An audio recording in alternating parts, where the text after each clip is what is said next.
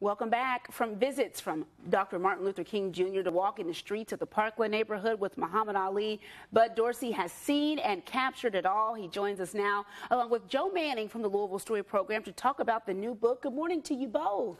Good morning. So glad to have you, Joe. For those who aren't familiar, let's start with you. Explain what is the Louisville Story Program. Sure. Well, we're a nonprofit and we reach out to folks in Louisville who we feel we don't hear from frequently enough.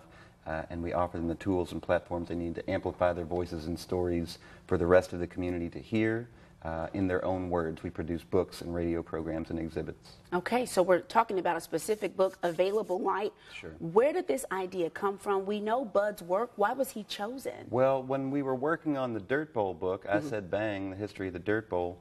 And we came across some of Bud's photos, which appear in the book, and also, like the book says, any place you go in Louisville, any event you go to, there's a guy behind a camera taking photos, and he's been doing it for a really long time. Sometimes without a great deal of attention. He wears camouflage actually, and hides and that's what he camera. does. He camouflages in the background. So we figured it was about time to sort of highlight Bud's work for the community at large. It's really beautiful photography. So, Bud, when you were approached about this, what was going through your mind?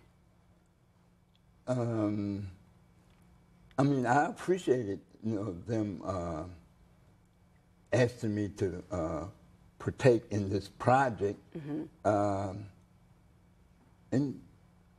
really wasn't anything going through my mind. I just felt honored to be asked to participate in this program. What caused you to pick up a camera in the first place? Well, I think it all started when I was real young. I used to, maybe at 4 or 5 years old, I used to read Life magazine. I used to read the Louisville Defender newspaper, CJ and Times, and I was just amazed about the photos that were in those publications. And I just made up my mind one day that that's exactly what I wanted to be, a photographer, and get some pictures in Life magazine, National Geographic. I had those dreams, You have dreams that you want to be a police officer, a firefighter, that's the routine. And yours was to be a storyteller. Yeah, a visual storyteller. Visual storyteller. Yeah. You have captured so much. If you could narrow it down to 2 of your favorite moments, what would be your 2 top moments that you've been able to cover over your career? Well, actually, the 2 that I'm thinking of, one of them wouldn't actually be my favorite, but it was the '68 civil disobedience, the riot, as they called it, in Louisville in 1968, and the celebration along West Broadway in West Louisville of the 1980 U of L championship game.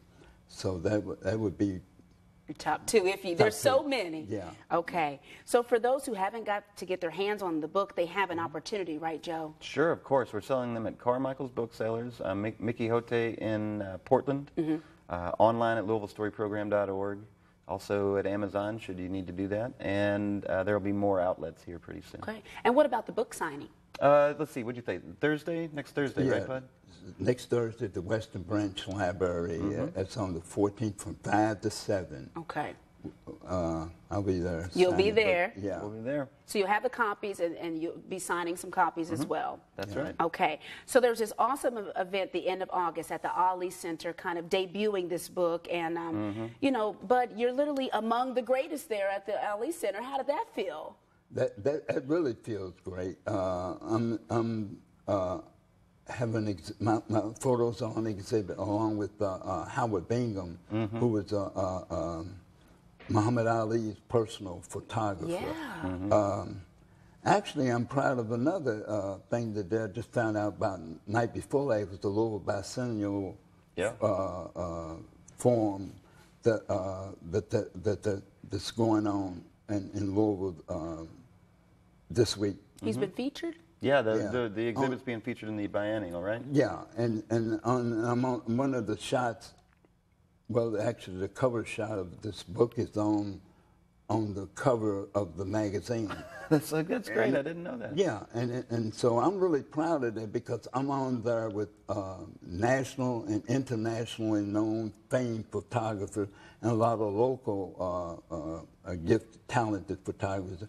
And I'm very honored to be this photo to be chosen. Yeah, right where you belong, bud. Yeah. He's internationally famed here. You know, if I got anything to say about it, plug your website really quick, how people can get involved. Sure. Just reach us at LouisvilleStoryProgram.org. You can find out about all of our programming, all of our books that we've done in the past, and there's information about this book, too. Okay. So we'll put all this information, plus the event on September 14th. Get out and meet the living legend if you get some time. Thank you both for being on this morning. Appreciate it. You will find all of this information on our website as soon as we get off air.